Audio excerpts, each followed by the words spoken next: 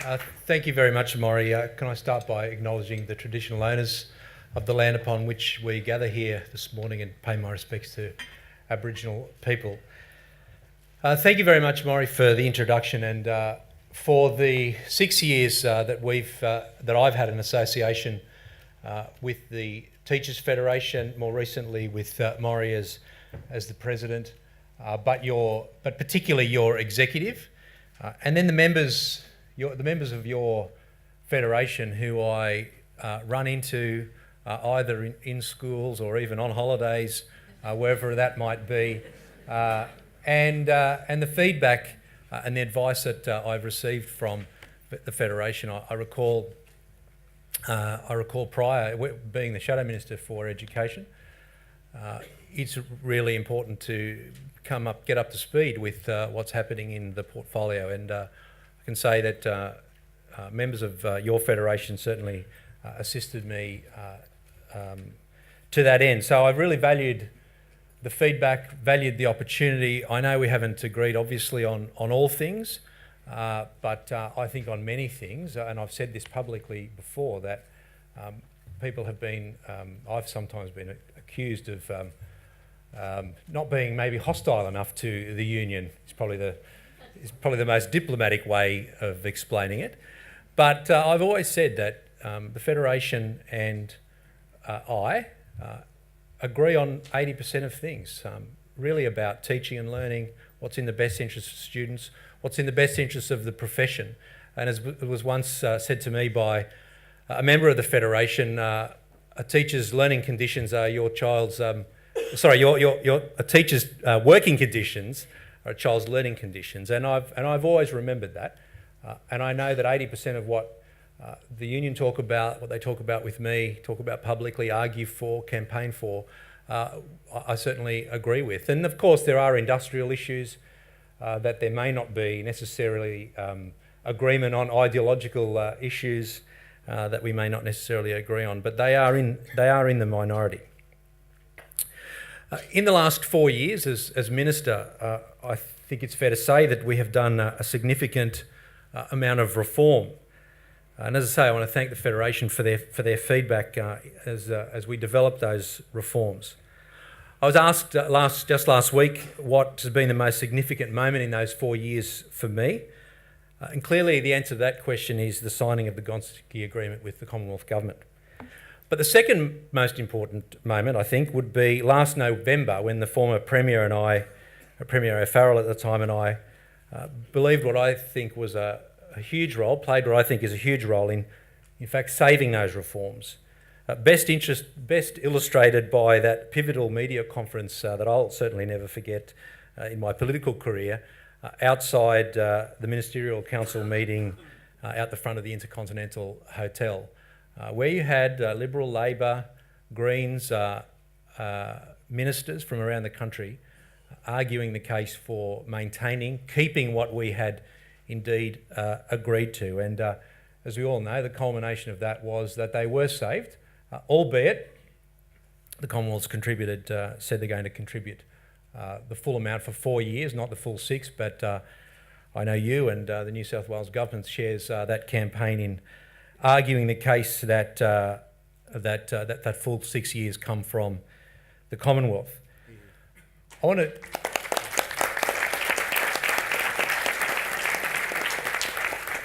as you know, the New South Wales Government has recommitted our full 6 years. So in the 5th and 6th years, the Gonski dollars will increase, but only increase by 1/3 of the full amount that it would otherwise increase.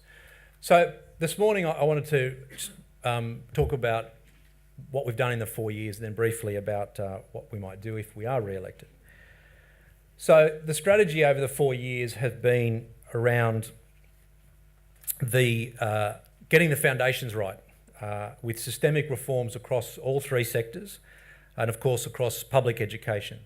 Local schools, local decisions is a systemic reform. There is no silver bullet in education, nor have I ever claimed that was the silver bullet.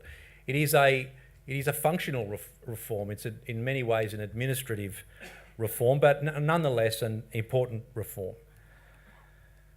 A needs-based RAM funding model obviously was part of that, and it was coming even without the additional Gonski dollars, because we were moving away, and we've now moved away from program funding, particularly when it comes to equity funding. Of course, New South Wales was the first state to sign up with the Commonwealth, which was significant. We are the largest state in the Commonwealth, and it was a significant moment, and very significant to me, particularly as a National Party MP, because needs-based funding certainly helps regional schools. So we do have now, for the first time, a needs-based funding model. And those schools that need the funding the most receive it. Just on Thursday, we announced next year the $664 million in equity funding for the 2,240 schools across New South Wales. And as I said, as a group, regional schools are the biggest winners as a percentage, addressing what has been historic underfunding of those schools. And those schools are already starting to see the results. And as I said, you know that New South Wales is committing our 5th and 6th years, and the results will largely determine and be an important factor in the lobbying of the Commonwealth in terms of making its 5th and 6th years contribution. Staffing is, of course, I know, a great concern to the union, and I believe that the New South Wales government has delivered the certainty that I know you desire. We are in the midst of a 3-year award, and of course the staffing agreement has about 18 months left to run. That staffing agreement continues the class size policy and maintains a statewide transfer system. Your executive has, on a number of occasions, raised with me your desire to see the current teacher staffing entitlements future-proofed, and this is something that I have indeed promised that we will consider. The Great Teaching Inspired Learning reforms were another key reform in this term of government.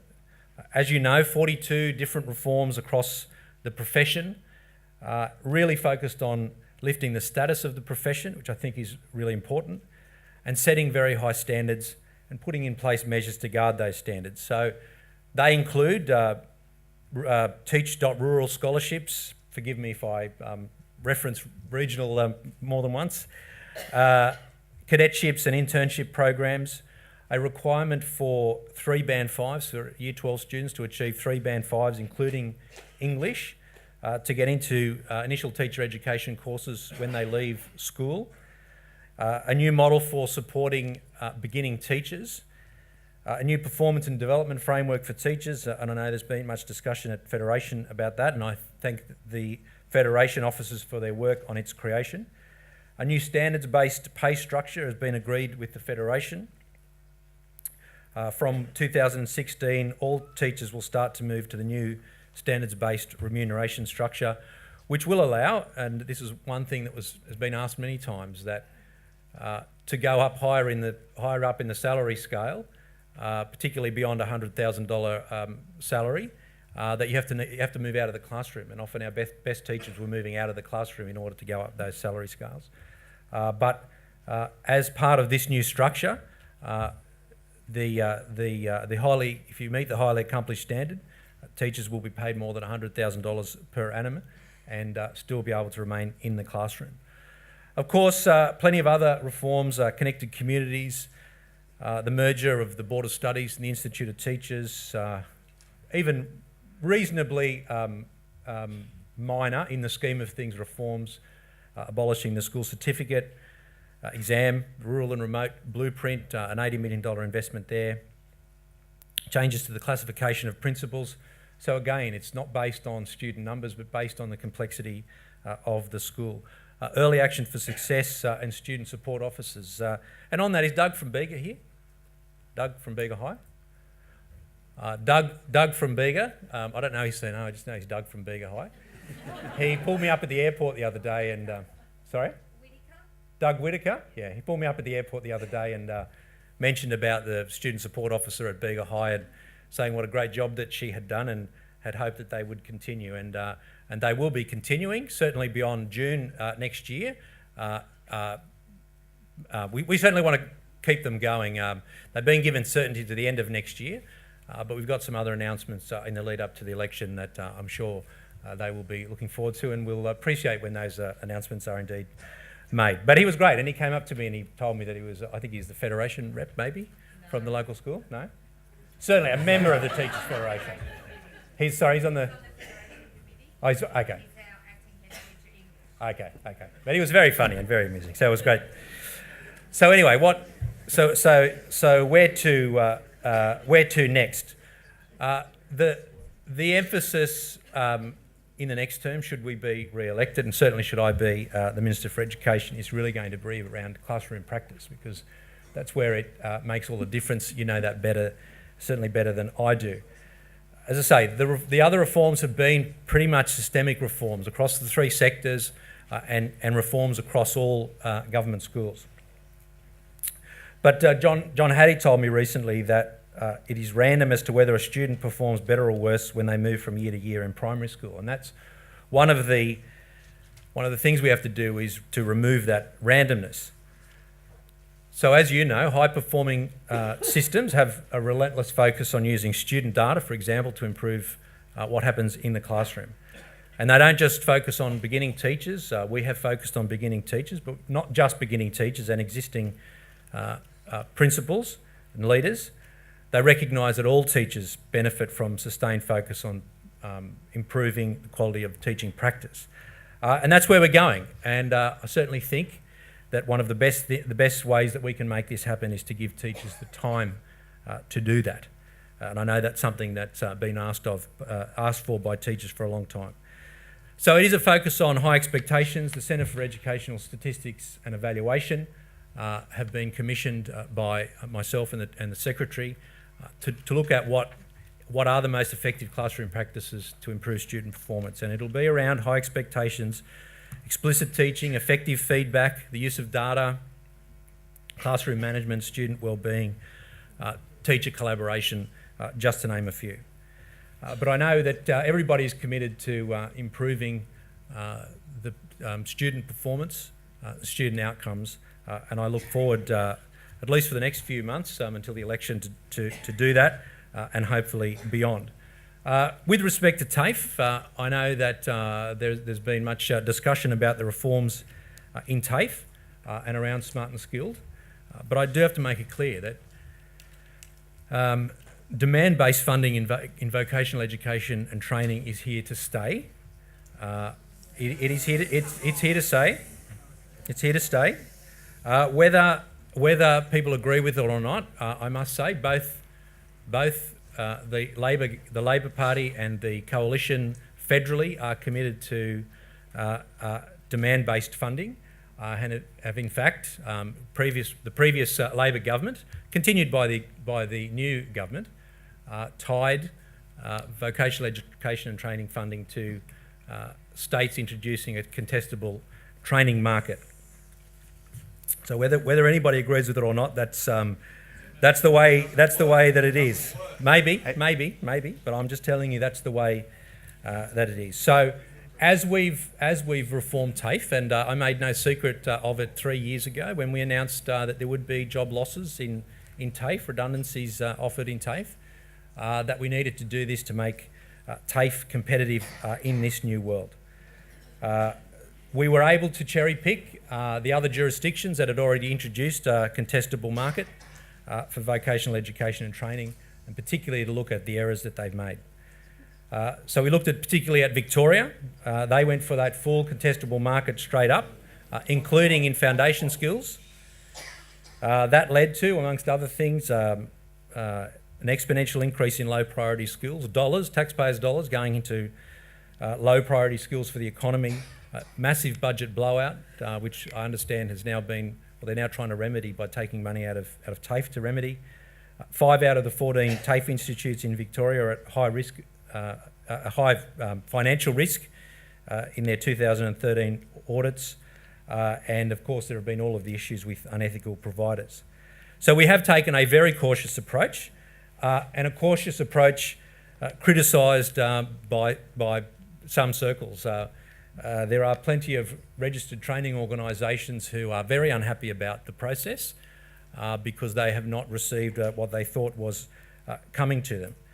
But we have designed, and the government has kept levers within the system, and it's been designed that way.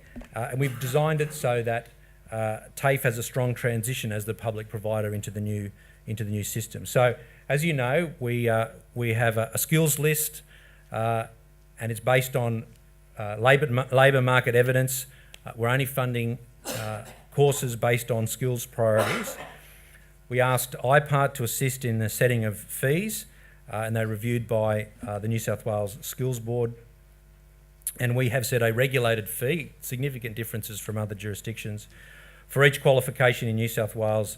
So there is competition on quality and service, not on price.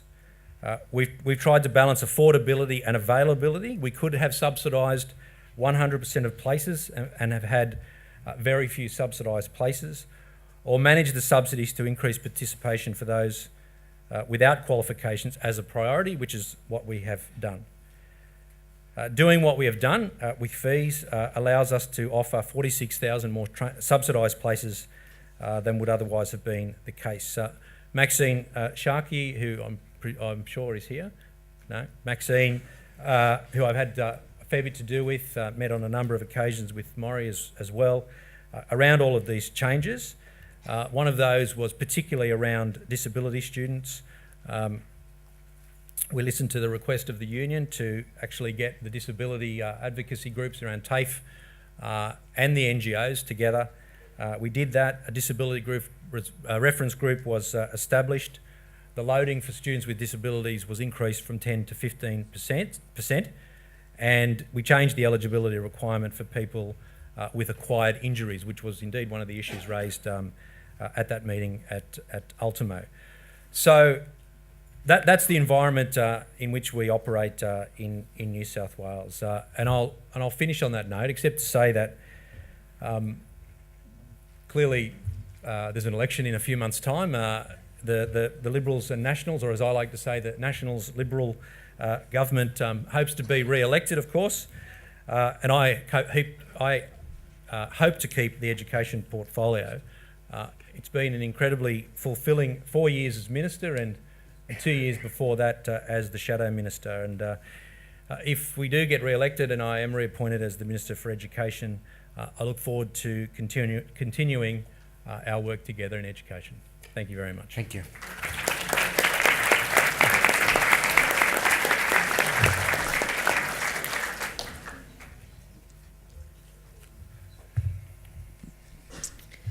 Catherine Bellack, Parramatta Teachers Association. Federation has sought executive release time for primary schools since our 2000 annual conference.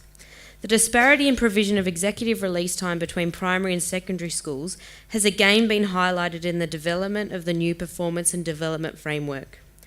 As it stands now, primary school executives do not have the release time that secondary executives do to support their colleagues in professional development. Will your party commit to funding and implementing executive release time in primary schools? I'm not in a position to make any announcements today, but I am very conscious of this. I don't think I've been to a PPA State Council or annual conference where this has not been raised, nor do I go to many primary schools where it's not raised. And I absolutely understand the value, and that's why I referenced the issue of time. So teachers, executive are asked to do a lot of things, and they're asked to do a lot of things on top of the things they're already doing. And the one thing I think, the best thing that we can do for teaching, the teaching profession and the learning for children, is to give teachers more time. And when you have a look at Finland and other countries, it's not smaller class sizes that they have, it's the time that their teachers have to reflect on their practice and team teach and do all of those kinds of things, which is, I know, part of the reason why there's been this campaign around executive release for executives in primary school. There's also that disparity between primary and high school that has been in place for a long time, and we'll seek to do everything we can to remove that disparity. But we're working on it. I always hate giving that answer, you know, but anyway, Bill? Thank you for the question.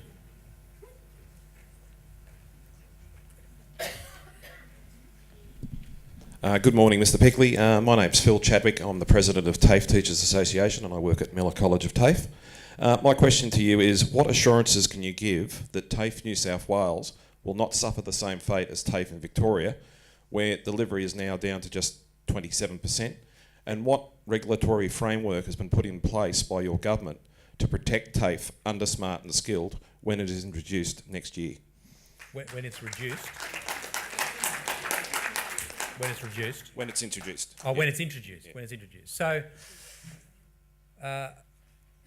the dollars that went into the contestable market for next year, so starting on the 1st of January, all RTOs were invited to bid for those in a contestable market, and the 10 TAFE institutes making up TAFE New South Wales did very well out of that, and maintain about the same market share that they have this year. But as I say, some people are not happy about that because, I don't mean TAFE, we get, if you could only see the amount of correspondence we get from people who are unhappy about the outcome of that tender. 8 million training places were bid for, of which we had 165,000 that were subsidised. So that's a very large number for what is, by comparison, a relatively small number of places to be able to provide. So nobody's completely happy with it because there is more demand than there is supply, and the supply is entirely a budget-related matter. So, well, you know, you may say it shouldn't be, but I mean, nobody can operate outside a budget. The Teachers Federation, I'm sure you'd love to have a hall, a function, a theatrette, you know, 3 or 4 times the size of this, but you know, you can't operate. Maybe you don't need it, but everybody operates within a budget, as does the New South Wales government. And what happened in Victoria is that they had uncapped places. They had no cap on fees, so people could offer an iPad to enrol. The subsidy went to the provider. Quality became the issue. The budget blew out by several $100 million, and I think they've fixed that budget problem by taking it out of TAFE. So, in terms of the guarantees, we have proceeded more slowly than every other state and have put more. It's been a much more managed process than has occurred in other states. As I say, only those courses that are available on the skills list will receive a subsidy. It's a capped number of places. Fees, you can't compete on fees, so the private provider down the road can't in New South Wales offer to do a course for $100 where TAFE's offering it for whatever price. Everyone has to charge the same price. Everyone gets the same subsidy. The competition will be on service delivery. And I use the example in Griffith. If TAFE can't offer a Cert 3 in hospitality, unless there are 10 students and the 6 students have to travel 2 hours to Wagga, but a private provider can offer it with 5 students, then that's in the best interest of the students that it be done by the private provider in Griffith.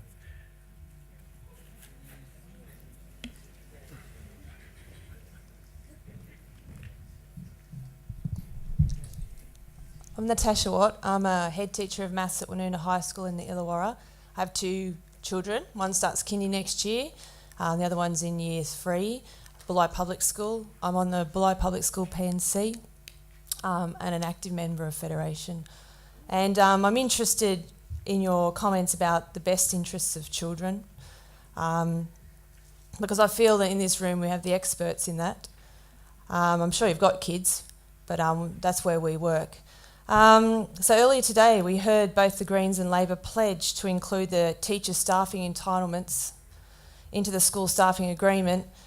This is welcome news because it provides the same protection over the number of classroom teachers, executives and specialist teachers in our schools as currently applies to class sizes. And I'd like to throw an invitation for you to come to my school and see what specialist teachers do with kids, sometimes with small groups of kids, and sometimes with small classes. And the outcomes they have are significant.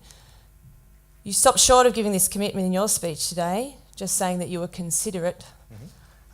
If the best interests of children really is on your agenda, if you're Education Minister in a re-elected government, will you negotiate with the Federation to include teacher entitlements in the next staffing agreement?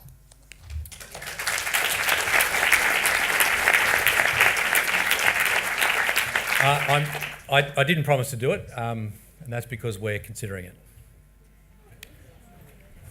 Margaret?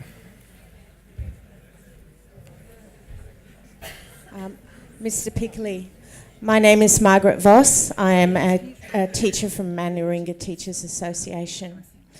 A different type of question. As New South Wales public sector workers, we have had a salary cap of 2.5% per annum imposed on us through the state coalition government's wage policy. Yep.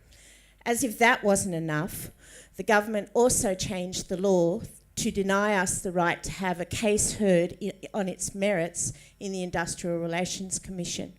This is unfair, it is unjust. Employees in the private sector don't have such limitations. Will your party or coalition restore the rights of public sector employees to make a case in the IRC on the basis of work value and other relevant factors?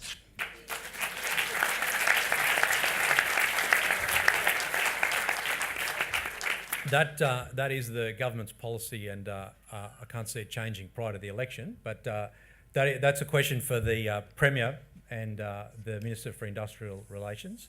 But it's not changing, and the 2.5% applies to everybody, me included, the Governor, everybody. Don't go for the sympathy vote, Adrian. Okay, sorry. Jennifer? That's the 20%, remember? Don't agree. Minister, I'm Jennifer Mace from Bega High School.